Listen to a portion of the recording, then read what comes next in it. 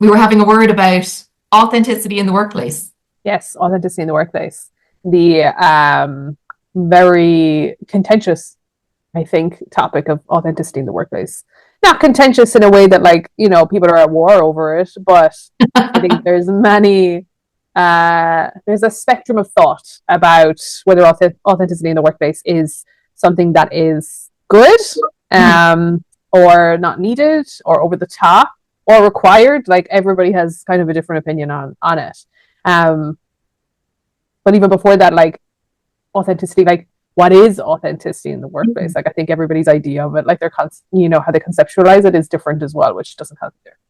Yeah, it does. Like, what does it mean? Like, you're a different person in every aspect of your life. You're never the exact same Yeah. person with every group you meet, even your friends, Yeah. Like, I'm a different person with, like, my grandmother versus, like, my friends from school. Like, of course, but I'm Yeah. still, like, the same person, Mm, right? It's just, like, different aspects of me.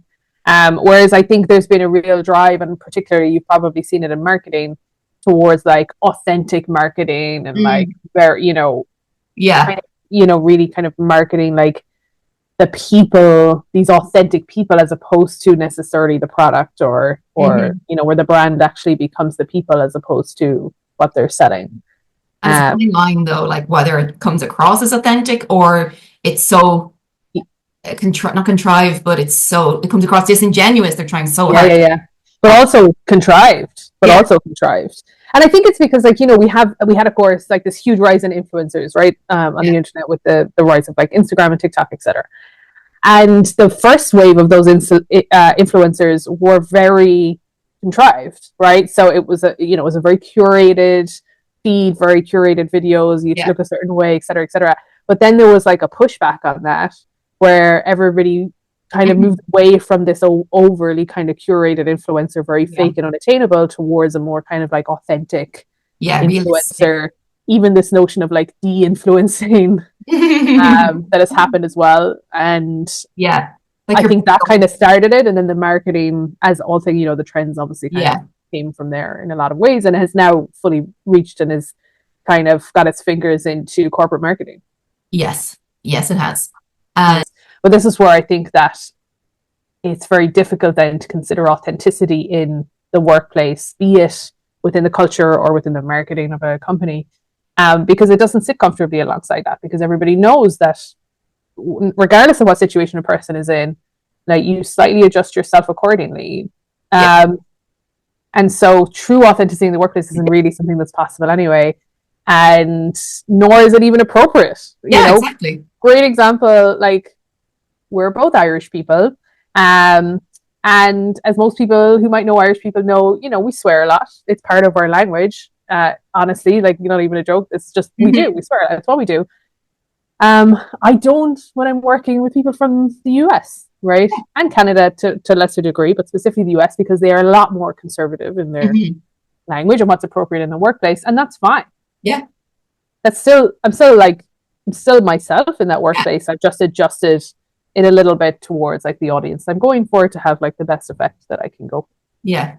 I think I think the key thing there is like not being a fake version of yourself, but still being Mm, true to who you are, being like genuine, but not trying to be someone you're not because people can smell that like a mile away and that comes across as disingenuous. yeah. So I think yeah, people can sense when you're being genuine and not trying to trick them or something like that, by saying a certain thing in order to get something what you like that you need Yeah. in a negative way. Obviously, the way you phrase things and stuff and how you communicate with people lends itself better to getting something that you need, but coming across as genuine and not trying to take advantage of people, Mm, that type of way. yeah. I find a lot of that in the workplace, especially with the things like, the Teams messages we talked about, where the people aren't, they're kind of just pretending to be interested in your day because they want something from you rather than just being straight up like, hi, like, hope you're well, or, hope you had a nice weekend. Do you mind sending me something? Yes.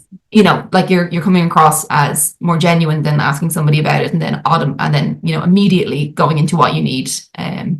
So yeah, it is hard to be your authentic self because what is that? Yeah. And it's an interesting one as well, because, of course, in an ideal world, everybody would be able to read a room, Mm, right? But of course, that's not possible. Like, that's not realistic because not only if you're looking at neurotypical people, we're actually not as good at reading rooms We think we are. as like think. And for neurodivergent people, obviously, there's more like limitations there in terms of having more learned behaviors and learning how to read a room, as we all kind of learn it in different ways. And so, if we could all read a room, that would be great. We wouldn't probably have to have this conversation because you would inherently know what is appropriate for the situation that you're in. Yeah. But we don't and we can't, and there's cultural differences and all sorts of stuff, and so therefore the conversation continues, because it could be as easy to say of like, just be your genuine self, but like as appropriate for the environment that you're in. So like, you know, if you're in a very high formal professional environment, of course you're going to behave differently, right? You're going to behave in a high formality kind of professional way, right? You would hope. And so, you know, if you're rocking into that kind of situation and, you know, I don't know, talking about how you spill coffee all over yourself, I don't know what, you know, what you would be taught you would do, then you're going to kind of put people off, right? Or they're going to think you are an unserious person. Yeah. You're trying to come across as a serious person. Yeah. And vice versa, right? Like if you kind of come into a more casual environment, right, that you're in and try to kind of really inflict or you know, this like kind of high formal state, then that's not going to work well either. Not that you can't do these things, right? But it's what are you trying to achieve, you know, from that? And like it or not, most companies, all companies almost, are a collectivist kind of society, really, little mini collectivist society in a way. And you do have to work with each other and for each other, right? That's part of why we get paid to do a job. And so there, you know, there is kind of it is less appropriate kind of for you completely showing your kind of find your full freak flag at work, right? Yeah, that's true. I guess there has to be a level of professionalism in the workplace that everybody kind of follows, and that kind of relates to the culture as well, because once you get to know the culture, what's acceptable, what is kind of being shown by senior management, how they respond to things, how they speak, you know, it could be like really casual, you know, the CEO could come over for a chat or something like that, but you could probably sense that it's a more formal environment, and you know, that's the level of professionalism they're looking for, because professionalism is such a broad term depending on the environment you're in. Some are more casual, some are less casual, some tolerate, you know, certain bad behaviors, some don't. Like there's all these various things that, you know, add up to the professionalism or culture of the actual company you're in. And as you said, reading the room, trying to figure out what is acceptable here. And if that's not something that you feel you can be authentically yourself while kind of adhering to that style, then maybe that's not the place for you. Yeah, right. Yeah.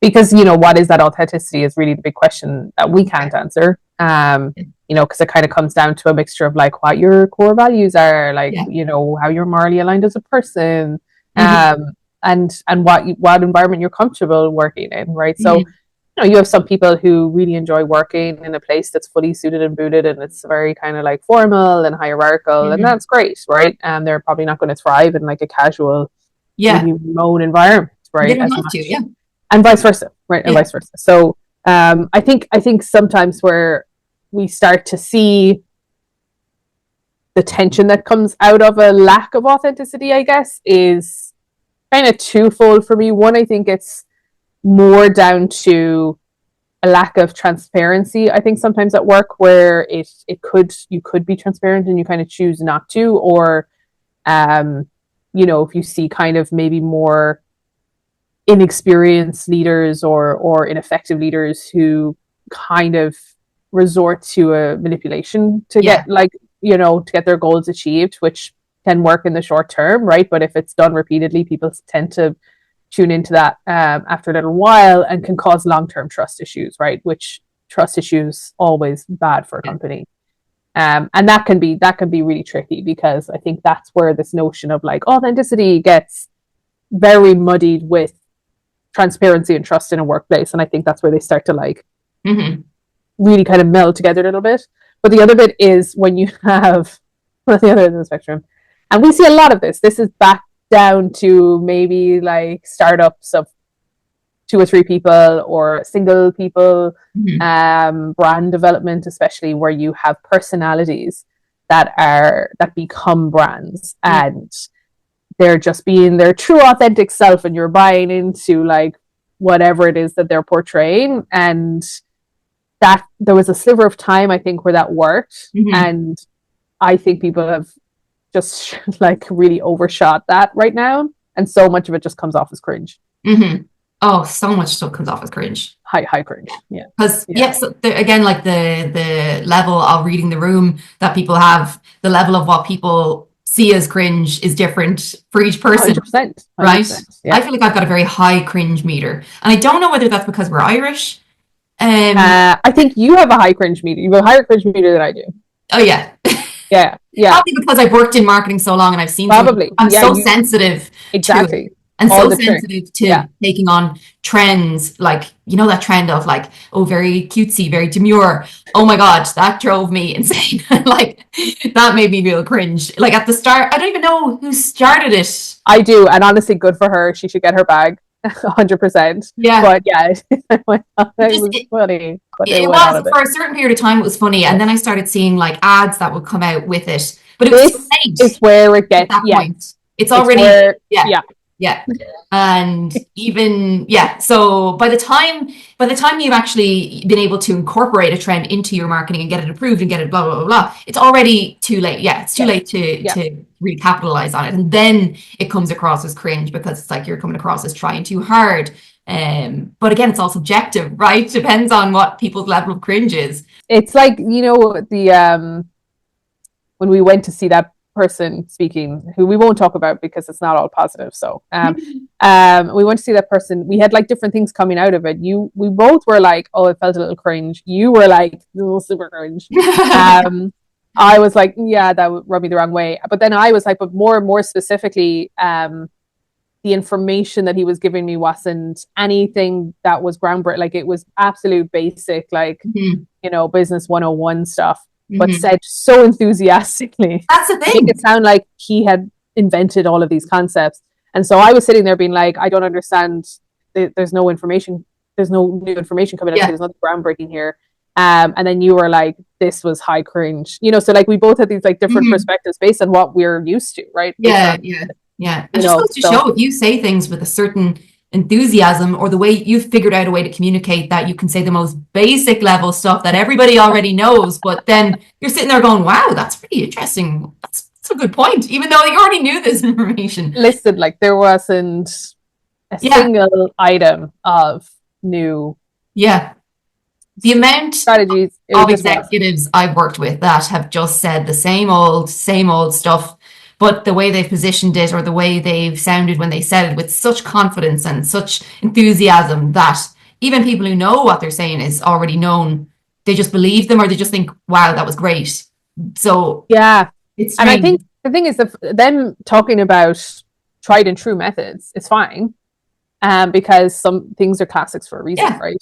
Business strategies work and are not new for a reason, because, you know, they'll work, you know, they're repeatable and so on. I think it's when it's portrayed as, hey, I had this great idea. What about we put pictures on the internet with our brand name on it? That is brand new information. Brand new. Nobody's ever thought of that before. So like, you know what I mean? Like, obviously hyperbolic example, but I think that's kind of where it comes from. And so then, I mean, this is where it's all tied up together, right? So you have a cult of personality that happens a lot in companies, especially startups, you know. I mean, look at the cult of personality around Elon Musk, right? Hopefully being chipped away at a little bit now, but whatever. It's a dangerous strategy. You know what happens, like, you look at a lot of these, like, in the beginning, at least, like cult of personality around Jeff Bezos, you know, around Mark Zuckerberg when he was up and coming, like with Facebook, like it happens, and you see the same, I guess, in a way, like psychological effect with influencers as well, right? They create a huge fan base. There's like very much an encouragement of these like parasocial relationships, and therefore you're more inclined to hear what they're saying as like, whoa, like that's great, that makes so much sense, and really having to step back and have some like critical thinking about the whole situation is something that's hard to do, first of all, and a skill that needs to be practiced when it's not something that we're taught very well. And so like there's always this like question of like, on one hand, from a marketing and a culture personality point of view, like really think through and examine these people that like blow you away, because there might be something to that authentic personality that you need to think twice about. And secondly, I think the question of authenticity in the workplace is having a minimum level of like professionalism, and that line is different depending on what company you're in, Yeah. that you can't really just, Yeah. completely show up Mm-hmm. in a way that isn't beneficial to your career or to the company. And I think that's fine, right? We are all slightly different people in slightly different ways, but still inherently ourselves, right? We are multifaceted people, and we Mm-hmm. contain So many multitudes, layers. right? And none of us are just this one dimensional Yeah. person that we have to be in every single situation that we're in. That's just not realistic. Mm-hmm. It's human beings, and so it's okay to be like, I'm going to be the slightly different person in this scenario. Yeah. So it's kind of confusing when companies do say, I think they've kind of, again, overshot it with the authenticity thing, because they're saying be your authentic self, but what does that actually mean? So, you can come in and be yourself within professional limits, Yeah. you're not going to go in and tell them like a really too personal, well, maybe some people do tell too personal stories, but again, reading the room and the culture and how things are done is kind of the key. But trying to use this marketing of, be authentic, it just doesn't really land for me. And I think people are kind of realizing that as well, that when they see that, when a company has to promote that you can be your authentic self, then, obviously something's wrong. It should just be assumed that you can go in and expect a professional environment where you can be yourself, but within those limits. Yeah. They shouldn't have to kind of drill into you that you can be authentic or anything like that here. Because most of the places I found that do that, it's complete opposite when you get in. Yeah. There's a huge inconsistency in the way people behave, and that's the thing that really makes people uncomfortable about cultures. That one person will behave one way, even your direct manager might behave one way one day, and you don't know what to expect the next day. And that's kind of the driver of the fear of going into work, is like, what am I going to expect every day? If it's not consistent or relatively consistent, then you're always going to have this unknown kind of uncertainty about what you're going to face every day. Yeah. Yeah. So yeah, really having a culture that is, managed. You have to measure it all the time. It can't just be a one and done, this is our culture. There needs to be even like a team that is assessing it and, doing really in-depth reviews of like, what is it like for everybody here, really? Because yeah, it's a fluid, like constantly changing. It's not It just is constantly changing. yeah. And I think even on that, like, again, like we use the word culture a lot, we talk about it because that's kind of how it's talked about, even though inherently both of us don't like that term, right? Because, or at least I definitely don't like it, because I really think it's about creating a good working environment for your employees where they can just do their job and thrive in the way that they want to do, in a way that is beneficial for the company to continue to be successful and for the company to thrive. Now, that seems simple. It's always incredibly difficult to execute. But it's if you're not able to do those kind of simple things, I think talking about creating this great culture, to me, is a smoke and mirrors layer over something a lot of the time. And I think that's kind of where it starts to go wrong. Because again, we look at the authenticity piece. On one hand, we know that it is better for a company to have a diverse workforce because it introduces diverse ways of thinking. It introduces diverse views, and great, conversations and discussions about product development and strategies and looking at markets, all of those kind of things. And so we know that. And in order for that to be enabled, all of those people within the diverse workforce have to feel free to be their individual self. But again, how far does kind of that authenticity goes? I mean, if you look at the banter that some Irish people have with each other outside of work, if we did that at work, HR immediately. And I say that as someone who was running, accountable for HR. It's an absolute no. And that's correct. It is correct that would be a no, right? And so I'm sure we can only speak to our own country's culture, right? But I'm sure all of everybody perspectives can think of a thing within their culture that they would think, yeah, we probably wouldn't do that at work. No, that wouldn't be probably the shouldn't say best. that. But that shouldn't preclude you from showing up with all of your unique perspectives Yeah, for the exactly. company. And so like it is complex kind of as it sits within it, because you Mm-hmm. want the authenticity of that diverse workforce to kind of benefit everybody and benefit the company. Yeah, But again, there has to be a layer of professionalism where um you are, I guess, being professional. treating other people with respect, right? Like sometimes it might Yeah, just come down to that, respecting other people's kind of positions and yeah, who they are as people as well.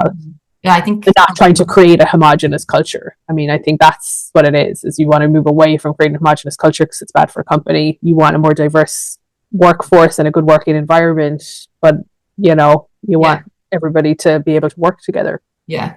But I think, as you said before, it should be like values based. So like we respect each other. We are. I can't even think of any other like values right now. But a lot of the places I've found is that respect and empathy are used a lot, but not seen in Yeah, action. yeah. And I guess people have various or varying levels of empathy, but Mm, yeah, seeing things from another person's perspective, or how would I like if somebody spoke to me like that, or and that probably wouldn't even be something I would think I would have to think about, because I don't think I would ever be rude even if I had a bad day. A lot of people rely on the kind of excuse of, oh, I'm going having a bad day. Yeah, but that doesn't mean you need to be rude to anybody you work with. If I was having a particularly bad day and I would say to like my assistant manager or something like, oh my God, I'm having a terrible day, but that doesn't change like how respectful I am to them. mm, I'm still gonna help them out if they need it. I'm not gonna act frustrated with them just because I'm having a bad day. But I'll let them know like I'm having a bad day, like, oh my gosh, like today is awful, and kind of just have that trust with them where I can share that, and that I'm gonna be stressed today, but I'm not gonna be rude just because I'm having a bad day. I think yeah, people yeah, get away with that far too much. yeah, yeah. But even the concept of rudeness is subjective, right? There's a lot of cultures who, as they Yeah. kind of speak to each other, think, "Oh, these people are really rude," and it's like, no, Mm. that's actually just how they normally speak to each other. That's not. Mm-hmm. They And don't I'm consider aware of that that. rude. Yeah, I would know that. I Yeah, would yeah, know yeah. that speaking But to like, but that's why I think it was not necessarily what you're saying, but you. that's why I think it's so complex, It is. right? It is. Yeah, Yeah. and it's like I said, if we could all figure Work. out how to read the I room know. exactly, we wouldn't need to talk about it. But We could all sing from the because same hymn there sheet. are so many different like views and Yeah. perspectives on it, it's Yeah. something that kind of needs to have policies applied to it to a degree, if you can, or at least some well fleshed out values that people well understand, how to operate within the company that you're Yeah. applying it to. Yeah. So yeah, I don't know. Yeah, I don't think we'll ever solve the authenticity in the workplace thing, because it's, We'll try, but first of all, if we can't figure out what authenticity is in the first place, then how do we figure out the rest of it? that is the problem, because it's such a big thing to tackle, and it's impossible to actually Yeah, come up with a yeah, final authentic meter that you can measure things against. yeah, So yeah, therefore it becomes too big, and nobody wants to even try to, make it better, even if they can't solve it, but try and put processes in place to at least measure it somehow. And that's the same thing with the culture and, toxic behaviors and things like that. It's just too big to tackle. So people mostly stay away from it. they Uh, do. Yeah, but yeah, there can be things done. there can be, and I also think trying to divorce the notion of transparency from authenticity, I think, is important, because there's a lot of things that can be solved with transparency and just treating people like adults. I mean, there's a great example. If you were in an environment where um, you're wanting to improve something within the culture, right? Or something like that, or you're trying to measure it or something, and you can't, right? Or, you say, listen, there's these 10 things that we want to do, but we can only do 5, and here's why. And that's just the way it's going to be. We're just going to have to suck up the other 5, because this is like the limitation of that the company can do and should be expected to do, because there's always compromise there. That is something that also sometimes needs to be accepted by employees, right? And I think that there's a tug of war that happens there, if when employees don't feel like the company, the leadership, whoever it is, that however you want to divide employees versus employers, aren't being transparent enough, or not respecting them enough, or not taking them seriously enough, then even if they come with the best possible solution, the employees will just automatically reject it because they don't feel like it's good enough. And so like there's ways to you know really come to those discussions with good faith, which is tricky to do, right? And you know, because there's you see this a lot in even things like union negotiations, right? And stuff like that, is that you have to kind of come to the table in good faith and do the best that you can, but also lay out like the limitations of having to do certain things, you know? Because you could say to everybody, look, I know our vacation policy is really bad. Know that we can actually give everybody an extra 5 days, but here's how that will affect our recruiting plan, because, you know, it's a zero-sum game with your budget, right? So, you know, like it's stuff like that needs to be taken into consideration. And I think if people are more transparent with those things internally, with where they can be internally with employees, then a lot of these conversations might go a lot better. And then companies wouldn't have to rely so much on the smoke and mirrors stuff, like, oh, bring your whole self to work, we've got a great culture. Like they wouldn't have to rely on that so much. And then us observing it wouldn't, you know, kind of get the cringe so deeply when we see it occurring as well. And there's I've seen it, you know, with companies that promote the culture, they can't actually say a lot of that stuff, like we can't pay you, we can't do this, you know. If they say that, they're opening themselves up to all sorts of things like bad publicity. Like an employee will go and share that with a newspaper or something, like, well, they've told us they can't pay us, blah blah blah blah. So there's all these as to how transparent they can be as well. But again, it comes across as being genuine. You know, even if they're not saying they can't give you this money, don't try and trick us into believing that the culture is why you're here, you know. So it's that type of thing, like trying to balance that, like, okay, look, we can't say this, but let's not try to trick people into thinking something else. So there is a fine line there, and I think it depends on your level of skill as a leader of communicating things and how you say them, and understanding what people would value, you know, your people. And a lot of leaders don't know their people very well because they're so far removed from them. They really don't know the day-to-day experience of employees. So I think that's an issue too. You know, they need to be more involved in getting to know the culture themselves, in order for them to be able to effectively communicate to them better. It's also about building up stuff long term, building up trust long term. So you know, if you are a leader who has just not had a great track record of being transparent, or, you know, being cagey about information, or just one of those leaders who believes in that hierarchy and that it's beneath them to explain themselves too much, then when it comes to a big event where you have to lay something out and you have to hope that your employees are on board with you, there's not a lot of trust built there for them to say that, to be on board with you.